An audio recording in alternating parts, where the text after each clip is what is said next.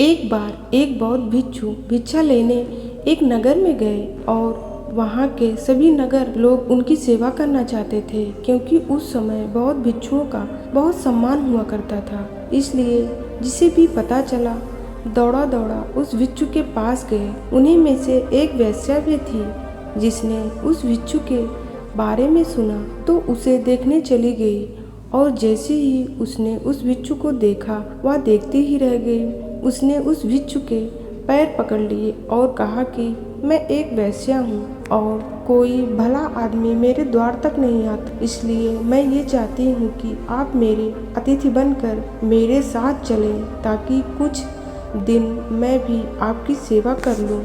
उस वेश्या ने आगे कहा कि हे महात्मा, मैं भी कुछ धर्म कमाना चाहती हूँ, और ये भी हो सकता है कि मेरे भी मन में कुछ ऐसा भाव आ जाए कि मेरा भी उद्धार हो जाए। सभी नगरवासी उस वेश्या की बात बहुत ध्यान से सुन रहे थे, और इससे पहले कि भिक्षु कुछ कह पाते वे सब बोल पड़े कि तुम क्या कर रही हो? एक बौद्ध भिक्षु तुम्हारे कोठे पर कैसे जा सकते हैं? इससे तो भिक्षु को पाप लगेगा। नगरवासियों की बात सुनकर वेश्या ने कहा कि मैं इन्हें अपने पाप को मिटाने के लिए ही अपने साथ चलने को कह रही हूँ। उनकी बातें सुनकर भिक्षु ने कहा कि मैं अपने गुरु गौतम बुद्ध से इसकी अनुमति लूँगा। यदि वे कहेंगे तो मैं आपके साथ चलूँगा। उस भिक्षु ने कहा कि मैं भी गौतम बुद्ध का एक शिष्य हूँ। ये सुन वेश्या ने कहा कि मैं इंतजार करूँगी। इतना सुनकर नगर के सेठ ने कहा कि हे महात्मा, ये पापी है, आप मेरे साथ चलिए, इसका कोठा आपके जाने लायक नहीं है। इतना सुनते ही वे वेश्या बोल पड़ी कि तब तो इस नगर वाले सारे अमीर पापी हैं, वे सभी मेरे पास आ चुके हैं, और सेठ जी आप भी तो मेरे पास आते हैं, तो तुम पाप से कैसे मुक्त हो? फिर तो तुम भी पापी हो। यदि ये महात्मा मेरा उद्धार करना चाहते हैं तो तुम्हें कोई आपत्ति नहीं होनी चाहिए।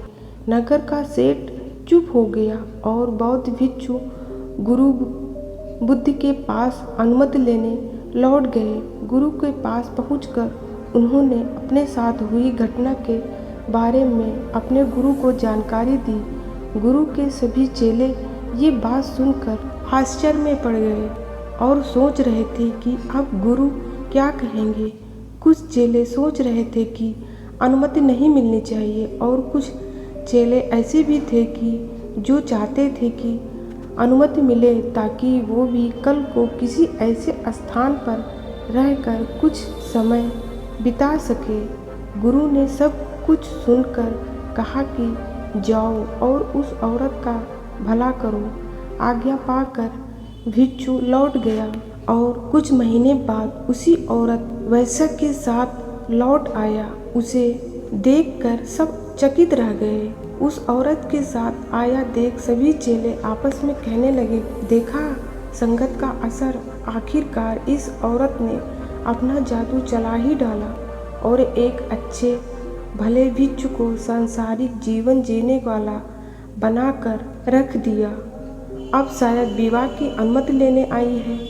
लेकिन गुरु को पता था अपने चेले का, इसलिए गुरु उन्हें आता देख मुस्कुरा रहे थे। भिक्षु ने अपने गुरु के पैर पकड़े और कहा कि हे गुरुजी, मैंने इस औरत का उद्धार कर दिया है। अब ये एकदम शुद्ध आत्मा बन चुकी है, अतः इसे भी अपना शिष्य स्वीकार करें। ये सब सुनकर सभी शिष्य आश्चर्य में पड़ गए कि ये कैसे हुआ।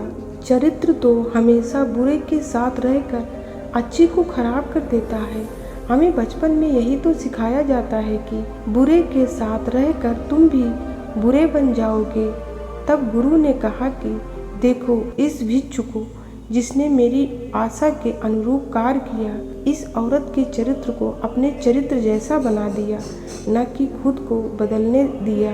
ये ठीक उसी प्रकार है जैसे कमल कीचड़ में रहकर भी कीचड़ जैसा नहीं होता। दोस्तों, इस छोटी सी कहानी के माध्यम से हम आपको इतना कहना चाहते हैं कि आपके अंदर यदि बुरे विचार आते हैं तो अपनी संगत बदल डालिए। अच्छे लोगों के साथ ही आप अपने आप को ढालने की कोशिश करें। जैसे आप बुरे विचारों का स्वागत करते हैं, वैसे ही अच्छे विचारों को भी अंदर आने दें, उनका विरोध न करें। जैसे ही आप अच्छे विचारों के लिए अपने मन के द्वार खोल देंगे, आप पाएंगे कि आप एक अच्छे इंसान बन चुके हैं।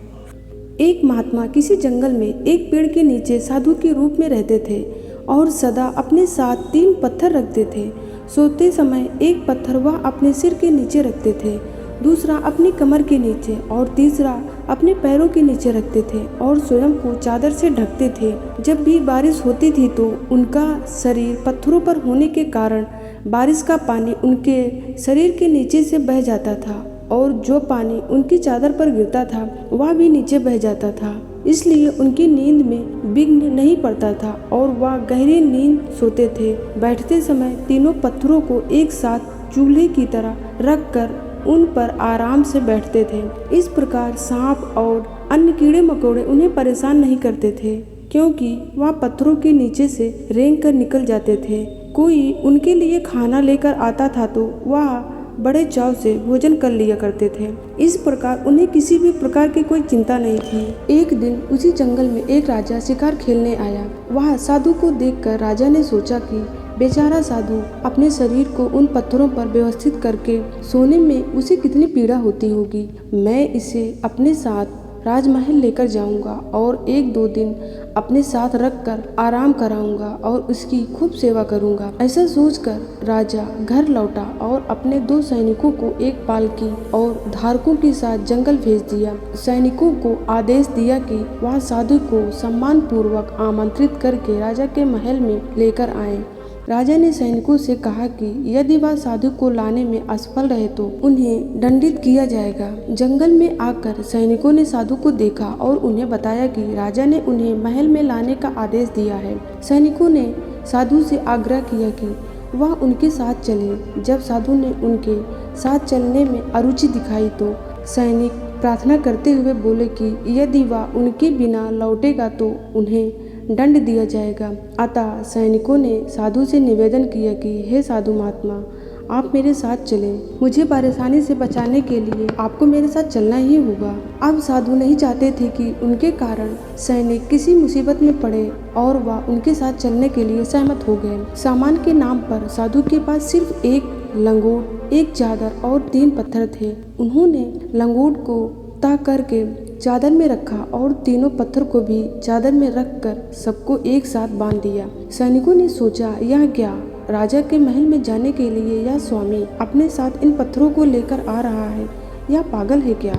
साधु अपनी गठरी के साथ पालकी में बैठे और राजमहल आ गए। साधु के सामान की गठरी देखकर राजा ने सोचा कि उसमें उनकी निजी सामान होगा। उचित सामान के साथ राजा साधु को राजमहल के भीतर ले गया और साधु को शानदार भोजन कराए। साधु के सोने के लिए रेशम के गद्दे और चारपाई की व्यवस्था की। विश्राम करने के समय साधु ने अपनी गठरी खोली और तीनों पत्थर निकालकर बिस्तर पर फैलाए और हमेशा की तरह चादर ओढ़कर सो गए। अब अगली सुबह राजा साधु के कक्ष में आया और झुककर सादर प्रणाम किया और साधु से पूछा, स्वामी, यहाँ आप आराम से तो है ना। साधु ने उत्तर दिया, हाँ, यहाँ क्या कमी हो सकती है, मैं सदैव खुश रहता हूँ। राजा बोले, ऐसा नहीं है स्वामी, जंगल में उन पत्थरों पर सोने के कारण आपको कष्ट हो रहा था। यह घर है और बिस्तर आपको खुशी और आराम दे रहे होंगे, इसलिए पूछ रहा हूँ। साधु महात्मा बोले, जो बिस्तर वहाँ था वह यहाँ भी है, जो बिस्तर यहाँ है वह वहाँ पर भी था, अतः मैं हर जगह एक समान खुश रहता हूँ। मेरी नींद या खुशी को लेकर कभी भी कोई कमी नहीं रहती है। राजा बहुत हैरान था और उसने चारपाई की तरफ देखा। उसने देखा कि रेशम के कोमल बिस्तर पर 3 पत्थर थे। राजा ने तुरंत साधु को साष्टांग प्रणाम किया और बोला, हे महाराज, मैं आपकी महानता से अज्ञान था और इस कारण आपको खुश करने के इरादे से यहाँ ले आया था। मुझे पता नहीं था कि आप हमेशा खुशी की स्थिति में रहते हैं और इस कारण मैंने ऐसी मूर्खतापूर्ण व्यवहार किया। कृपया मुझे क्षमा करके आशीर्वाद दीजिए। इस प्रकार अपनी गलती की क्षतिपूर्ण करने के बाद राजा ने साधु को अपने रास्ते जाने की अनुमति दी। दोस्तों, मनुष्य संसार के कारण नहीं बल्कि समाज से अपनी अपेक्षाओं के कारण कष्ट भोगता है। हमारा मन पसंद और नापसंद से भरा रहता है और यदि हम संसार को उसके अनुरूप नहीं पाते हैं तो हम निराश हो जाते हैं। हम अपने दुख के लिए संसार को दोषी ठहराते हैं। हम समझे बिना ही संसार को त्याग कर देते हैं और यह भूल जाते हैं कि परित्याग आंतरिक है। हमें संसार के बजाय मनस का त्याग करना चाहिए जो दुख से पूरित है। सादगी बाहरी नहीं बल्कि भीतरी होती है। यदि हम भीतर से सरल होंगे तो हम कहीं भी खुश रहेंगे। ऐसे मनुष्य को संसार त्यागने की कोई आवश्यकता नहीं है। वह सदैव खुश रहता है क्योंकि यह खुशी भीतर से आती है। ऐसा व्यक्ति संसार में रहता अवश्य है पर उससे जुड़ता नहीं है। उम्मीद करते हैं प्यारे दोस्तों मेरी ये छोटी सी कहानी आपको पसंद आई होगी। अगर मेरी कहानी आपको पसंद आई हो तो मेरे चैनल को सब्सक्राइब जरूर करें। तो मिलते हैं आप लोगों से अगली किसी कहानी में। तब तक के लिए आप जहाँ भी रहिए खुश रहिए और खुशियाँ बांटते रहिए।